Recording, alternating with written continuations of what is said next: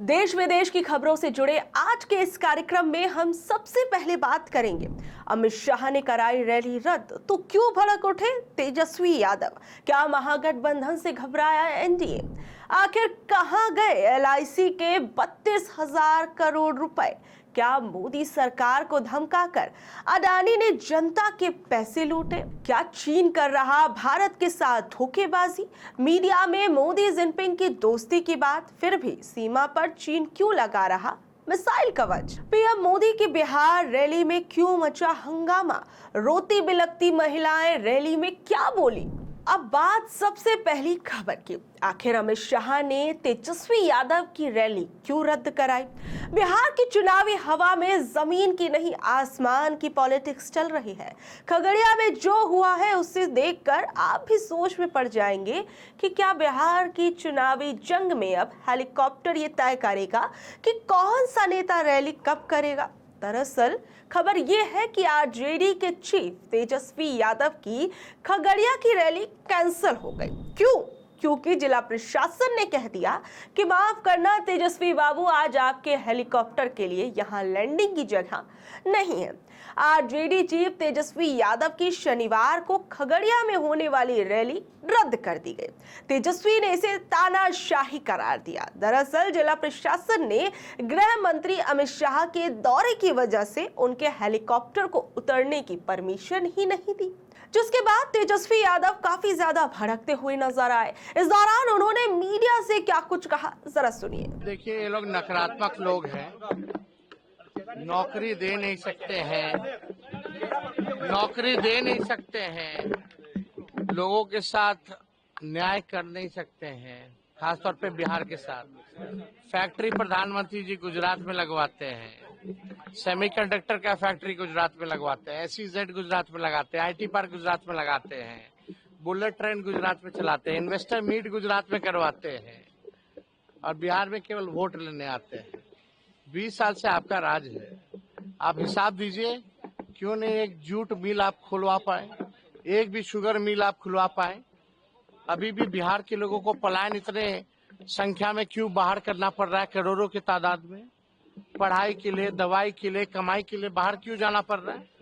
आप ट्रेन खोलिएगा, यहाँ से भर भर के बिहारी लोग को गुजरात ले जाइएगा, वहाँ फैक्ट्री में काम करवाने। अब बिहार में अमित शाह बोलते हैं कि फैक्ट्री या कारखाना उद्योग नहीं लग सकता क्योंकि बिहार में भूमि नहीं है। ये इनका प्रधानमंत्री के एक एक वाक्य को सुनिएगा, एक एक बात को सुनिएगा, शब्द को देखिएगा, तो कोई फलदायी नहीं है, केवल नकारात्मक बात, नकारात्मक शब्द का ही प्रयोग है। कोई मतलब है क्या? ये भाजपा के लोग जो भी बात कर रहे हैं, 2008 से लोग जांचें कर रहा है, जब चुनाव आता है तब जांचें करता है। ये सब लोगों को गुमराह करने के लिए ये सब जो है किया जा रहा है। लेकिन बिहार की जनता मुद्दों की बात करती है, हम मुद्दों की बात कर रहे हैं, पढ़ाई, दवाई, कमाई, सिंचाई, सुनवाई, कार्रवाई की बात करते हैं। कितने अपराध जो है चरम सीमा पर है, टॉप 2 स्टेट क्राइम में यूपी और बिहार है, इस पे कुछ नहीं कहेंगे प्रधानमंत्री जी। भ्रष्टाचार 70,000 करोड़ का हो गया, 70,000 करोड़ का घोटाला हो गया, इस पे एक शब्द नहीं बोलेंगे। इनके मंत्री पत्रकारों को पीटते हैं, माँ बहन की गाली देते हैं, FIR दर्ज नहीं होता, इसके बारे में चू तक नहीं करते। अब सवाल उठता है कि एक तरफ तो आप मंच से जंगल राज को कोसते हैं, आप सुशासन का डंका पीटते हैं, लेकिन क्या सुशासन का मतलब ये है कि गृह मंत्री के लिए सारा आसमान खाली करा दिया जाए और विपक्ष को अपनी रैली करने का मौका भी ना मिले? विपक्ष को रैली करने से रोकना, उनके प्रचार में अड़ंगा लगाना, क्या ये एक हेल्दी डेमोक्रेसी की निशानी है, या फिर ये सरकारी दादागिरी है जहां सत्ता पक्ष चाहता है कि हमारी मर्जी के बिना पत्ता भी ना खड़के? अरे भाई, चुनाव हो रहा है, सबको बराबरी का मौका मिलना चाहिए, लेकिन इस बात का क्या मतलब कि अमित शाह की रैली के लिए आप विपक्ष की रैली रद्द करा दें? गृह मंत्री की सुरक्षा बेहद जरूरी है, ये हम सब कहते हैं, लेकिन उनकी सुरक्षा के लिए प्रशासन को कड़े इंतजामात करने चाहिए थे। इसका मतलब क्या है कि आप विपक्ष के नेता की होने वाली रैली को सिर्फ ये कहकर हटवा दें या टाल दें कि उनके हेलीकॉप्टर हेलीकॉप्टर के खड़े होने की जगह नहीं है। वहीं सोचिए, वोटिंग में चंद दिन बचे हैं, ऐसे में सभी दल एड़ी चोटी का जोर लगा रहे हैं। वहीं किस तरीके से एनडीए के गठबंधन दल विपक्ष को पीछे करने के लिए इस तरीके की छोटी छोटी चालें चल रहे हैं। वहीं अब अगली खबर में हम जानेंगे कि क्या मोदी सरकार एलआईसी के पैसों से अदानी की मदद कर रही। अब इस खबर में बात होगी देश के भरोसे की, जिस कंपनी पर करोड़ों लोगों की जीवन भर की कमाई टिकी है, यानी भारतीय जीवन बीमा निगम एलआईसी। वो आज एक ऐसे भयंकर विवाद के केंद्र में है जिससे हर ग्राहक का दिल दहल जाएगा। वॉशिंगटन पोस्ट की नई रिपोर्ट ने खुलासा किया है कि जब अदानी ग्रुप भारी कर्जे में था, तब सरकारी बीमा कंपनी एलआईसी ने उसे 32,000 करोड़ रुपए का इन्वेस्टमेंट दिया।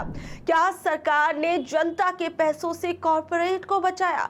अडानी जब इस साल की शुरुआत में भारी कर्ज में डूबे थे, तब अमेरिका में घूसखोरी के आरोपों का सामना कर रहे थे और कई बड़े यूरोपियन और अमेरिकन बैंक्स ने उनकी मदद करने से इनकार कर दिया था। तब मोदी सरकार और life insurance corporation of India यानी एलआईसी उनको उबारने के लिए सामने आई। यानी एक तरफ कर्ज का सैलाब था तो दूसरी तरफ इंटरनेशनल बाजार का दरवाजा अदानी के लिए बंद हो चुका था। ऐसा लगा जैसे कि अदानी का पूरा कारोबार रेत के महल की तरह रह जाएगा। रिपोर्ट कहती है कि इस भयानक संकट के बीच भारत सरकार ने अपने खजाने का दरवाजा खोल दिया।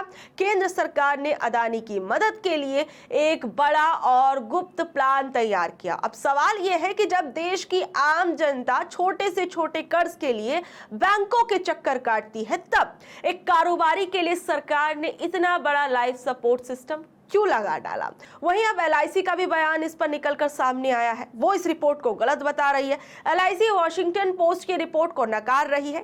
कंपनी कह रही है कि उसके सारे इन्वेस्टमेंट्स जो हैं वो पूरी ईमानदारी और सावधानी पूर्वक जांच के साथ ही किए जाते हैं। एलआईसी ने कहा कि रिपोर्ट में बताए गए किसी भी ऐसे डॉक्यूमेंट या प्लान को एलआईसी ने कभी तैयार नहीं किया जो एलआईसी के अडानी ग्रुप में निवेश के प्लान को बताती है।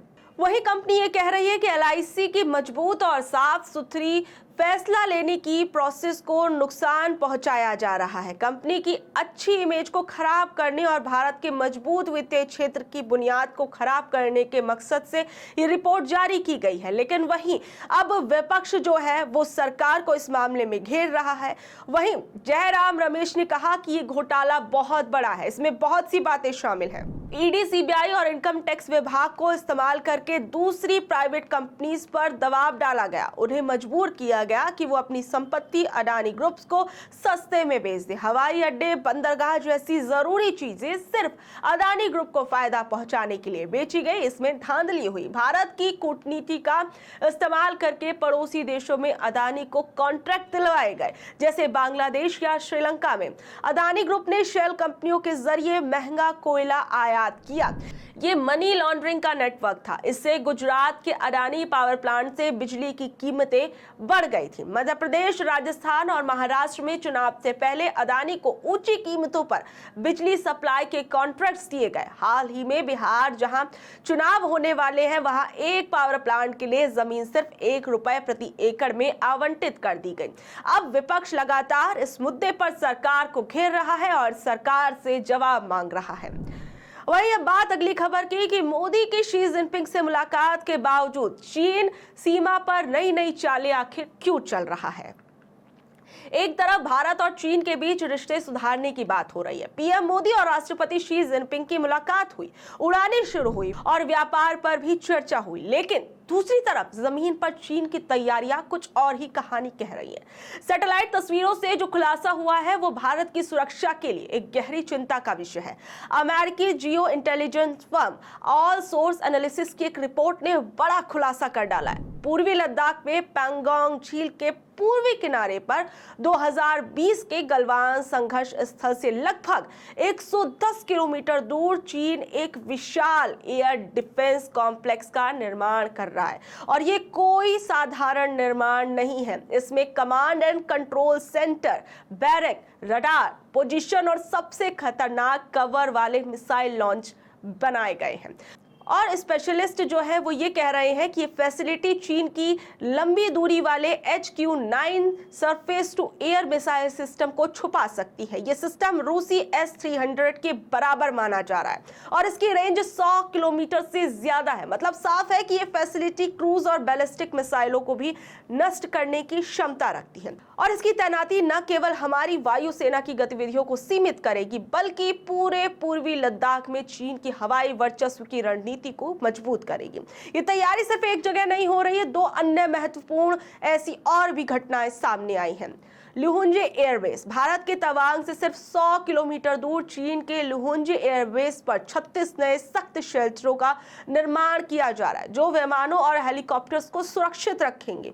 गार काउंटी फैसिलिटी LAC से लगभग 65 किलोमीटर दूर और भारत के हाल ही में अपग्रेड किए गए न्यूमा एयरफील्ड के ठीक सामने गार काउंटी में भी ऐसी ही मिसाइलें फैसिलिटी बनाई जा रही है। ये सभी और ये सारी एक्टिविटी एक ही दिशा में इशारा कर रही है कि चीन सीमा पर बातचीत की मेज पर चाहे जितनी नरमी दिखाए लेकिन जमीन पर अपनी सैन्य ताकत बढ़ाने में कोई कोर कसर नहीं छोड़ रहा। और अक्टूबर 2024 में गश्त समझौते पर हस्ताक्षर हुए थे। जनवरी 2025 में उड़ानें शुरू हुई और ठीक इसी समय चीन कवर मिसाइल लॉन्च फैसिलिटी बना रहा था ताकि उसके लॉन्चर दुश्मन की नजरों में छिपे रहे। सवाल यह है कि जब दोनों देश रिश्ते सुधारने की बात कर रहे हैं तो भारत की वायुसेना की ताकत को चुनौती देने के लिए ये सैटेलाइट तैयार क्यों की जा रही। वहीं दूसरी ओर सबसे बड़ा सवाल ये भी है कि आखिर में हमारे देश की सरकार ने इसके लिए क्या किया है, आने वाले समय में क्या करेगी या फिर आने वाले समय में गलवान जैसी घटनाओं का इंतजार किया जाता रहेगा। वहीं अब बात अगली खबर की, आखिर में पीएम मोदी की बिहार रैली में क्यों मचा हंगामा। बिहार के समस्तीपुर से जहां पीएम मोदी ने मंच से विपक्ष पर जंगल राज की बड़ी बड़ी बातें की, वहीं तभी मंच से नीचे लोगों की भीड़ में उनके ही दावों की हवा निकल गई। हुआ यूं कि दूधपुरा हवाई अड्डे पर मोदी जी की मेगा रैली थी। सुरक्षा ऐसी मानो परिंदा भी पर ना मार पाए, लेकिन उन्हीं कड़े इंतजामातों के बीच महिला गैलरी के अंदर गहनों की चोरी का महाखेला हो गया।